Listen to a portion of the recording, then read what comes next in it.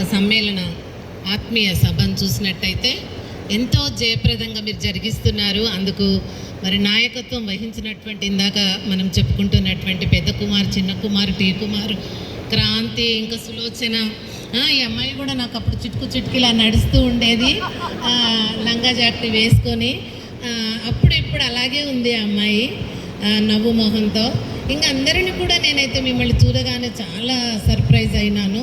ఎందుకంటే నేను ఇందాక కూడా మీతోనే చాలామంది అబ్బాయిలతో మాట్లాడాను. ఇప్పుడు మీరు అబ్బాయిలు అననికి రాదు, మీరు బాల్యం అయిపోయింది, యవ్వన దశ కూడా చివరిలో ఉన్నారు. కాబట్టి ఇప్పుడు యవ్వనములో చివరిలో ఉన్నారు, మేమైతే వృద్ధులము. కానీ మీరు ఇప్పుడు ఏమాత్రం మమ్మల్ని తీసిపోనట్టుగా మీ స్థాయిని చూస్తే నేను గర్విస్తున్నాను. ఎందుకంటే చదువు ఒక్కటే ముఖ్యమని ఇంతవరకు అనుకున్నాం, కానీ ఇప్పుడు మీలో చూస్తే ఒక్కొక్కరిలో ఒక్కొక్క ప్రతిభ వెలికి తీయడము, వారిలో ఉన్నటువంటి, ఎందుకంటే ఇప్పుడు అందరూ కూడా గ్రాడ్యుయేషన్ మేము చేసినట్లే పీజీలు అన్నీ చేసినారు, కానీ అందరూ అన్డిపెండెంట్గా దాని మీద లేరు.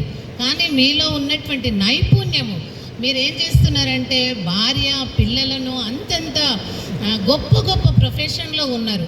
ఒకటే గవర్నమెంట్ ప్రొఫెషన్ అనేది కాదు, దాని మీదనే బ్రతకాలని లేదు. మీరు సమాజానికి ఒక మార్గదర్శకంగా నిలబడ్డారు.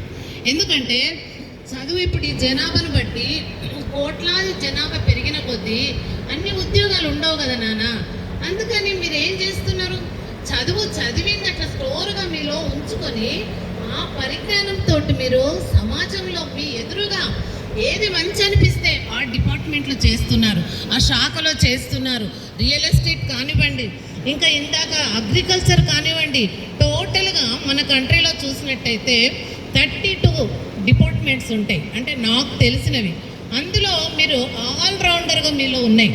కాబట్టి అటువంటి నైపుణ్యం కలిగి ఉన్నటువంటి మీరు ఈనాడు టీచర్స్ కంటే మించిన స్థాయిలో మీ లివింగ్ అనేది ఉంది, మీ యొక్క స్టాండర్డ్ ఆఫ్ లివింగ్ ఆ విధంగా ఉంది.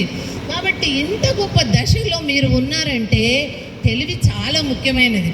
నిజంగా ఈరోజు మమ్మల్ని పిలిచి ఆహ్వానించి మేము ఎక్కడున్నా కూడా గురువుగా ఒక్కరు వచ్చినా కూడా మీ అందరిలో మమ్మల్ని కలుపుకొని మాలో మీరు మీలో మేముగా ఒక్కరిగా నిలబడినట్టు చదువు తల్లి చెట్టు నీడలో ఉన్నట్టుగా ఒక ఫ్యామిలీగా మనం ఇక్కడ గ్యాదర్ అయినాం. ఇప్పుడు ఎక్కడైనా పెళ్ళిళ్ళు పేరెంటల్ అయితే మన బంధువులు మాత్రమే ఉంటారు, మన ఫ్రెండ్స్ మాత్రమే ఉంటారు, మన కలీగ్స్ మాత్రమే ఉంటారు. కానీ ఇక్కడ ఏమైంది, ఊరికి ఆడపిల్లలు చూడండి ఎటో పట్టిస్తారు, ఏ ఊరుకు పట్టిస్తే ఆ ఊరికి వెళ్తారు. పాపం ఇప్పుడు 2 అమ్మాయిలు అయితే ఎంతో బాధతో వచ్చిండ్రు, కవిత ఇంకొక అమ్మాయి. మరి వేరే ప్రాంతం నుంచి కూడా వాళ్ళు ఎందుకు వచ్చారు, మీ ఫ్రెండ్స్ అందరినీ కలుసుకోవడం, ఇది గొప్ప ఆనందము. మనకు మన సమాజంలో మన రిలేషన్షిప్లో ఎన్నో సెలబ్రేషన్స్ అవుతాయి, కానీ ఇంత గొప్ప సెలబ్రేషన్ ఎప్పుడు కూడా మనం చూడము. ఎందుకంటే ఇక్కడ మీరు చూడండి, శారీరకంగా ఎన్నో మార్పులు వచ్చినాయి మీ లోపల, మేము గుర్తుపట్టలేదు. కానీ వాయిస్ కానీ లేకపోతే మీ చేష్టలు కానీ, అప్పటివి పిల్లల చేష్టలు కానీ, లేకపోతే మీ ఫీచర్స్ కానీ కొన్ని గమనించి ఆహా నా స్టూడెంట్ అని గర్వకారణంగా. కానీ మీరు ఇక్కడ నిలబడి ఈరోజు జీవన ఉపాధుల గురించి చెప్తుంటే ఎవరికంటే కూడా తీసిపోలేరు, అందరూ కూడా హై లెవెల్లో వెల్ సెటిల్డ్గా ఉన్నారు. కాబట్టి అది చాలా గర్వకారణం. ఇంకా మరి ఇప్పుడు మేమైతే మిమ్మల్ని ఎప్పుడు గుర్తు చేసుకుంటాం. ఈ మధ్య కాలంలోనే ఈ యొక్క గెట్ టుగెదర్ అనేటటువంటి ప్రోగ్రామ్స్ పెడుతున్నారు, కానీ మేము చదువుకున్న రోజుల్లో లేవు. కానీ ఒక ఫౌండేషన్గా మా గురువులు మాకు నేర్పిన ఆ జ్ఞానంపై మేము ఇప్పుడు మా జీవితం కట్టుకున్నాం. మా జీవితంలో మేము నేర్చుకున్న మా ఉపాధ్యాయుల నుండి పొందినటువంటి జ్ఞానమును, ఆ జ్ఞానోపదేశమును మీకు పంచినాము. కానీ అందులో వినకపోయినా అది మనం ఏం చేయలేము. కానీ ఇందాక కొంతమంది అబ్బాయిలు కానీ పిల్లలు కానీ, మీరందరూ పిల్లలే నా దృష్టిలో, కానీ చెప్పినట్టుగా ఏంటంటే social studies is a bore subject, అది అట్లా నేమ్ పడిపోయింది.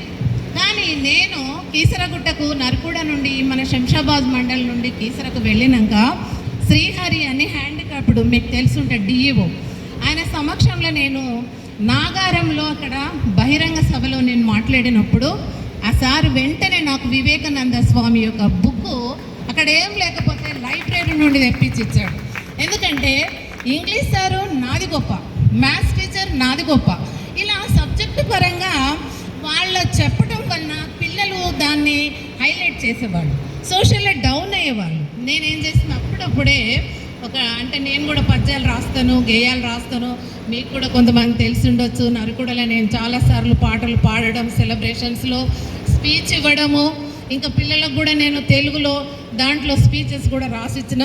మరి మీరు మర్చిపోయి ఉంటారేమో నాకు తెలియదు, మరి ఎవరు కూడా ఆ విషయం అయితే ప్రస్తావన రాలేదు, కానీ నేను అలా రాస్తాను. అప్పటికప్పుడు శ్రీహరి డిఈఓ ముందు నేను ఒక చిన్నది ఆ సోషల్ మీద చిన్న పళ్ళ కోరస్ ఏంటంటే, సాంఘిక శాస్త్రము అంటే సమాజము గూర్చి చెప్పుచున్నది అని భూగోళ శాస్త్రము, చరిత్ర, పౌరశాస్త్రము అండ్ ఎకనామిక్స్ వీటి గురించి నేను ఆ 4 పార్ట్స్ కలిపి ఒక సాంగ్ నేను సినిమా స్టైల్లో పాట చూపిస్తే సార్ వెంటనే ఆయన హ్యాండ్కప్పుడు అది సారు కిషోర్ సారు హెడ్ మాస్టర్కి చెప్తే లైబ్రరీ ఉండండి వివేకానంద బుక్ నాకు అప్పటికప్పుడు అందరి ముందలో కొన్ని వేల మంది అంతమంది ముందర నాకు ఇచ్చాడు.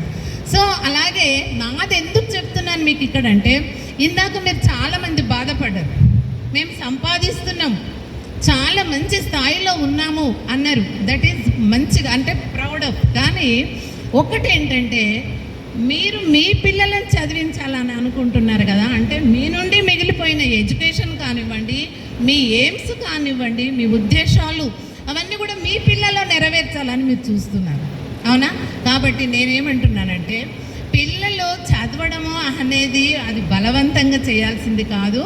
ఉపాధ్యాయుల చేతిలో ఇప్పుడు ఒక రా మెటీరియల్ ఉంటే, ఒక స్టోన్ ఉంటే దానిని ఏం చేస్తుంది, టీచర్ కొడుతుంది.